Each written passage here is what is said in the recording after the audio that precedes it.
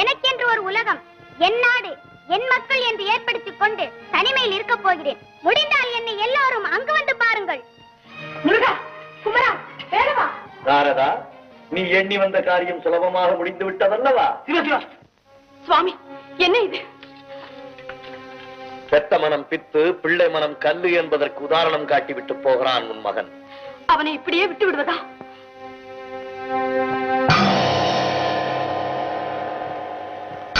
முருகா, தமிழ் வேளை, இது எமது விளையாட்டுகளில் ஒன்று.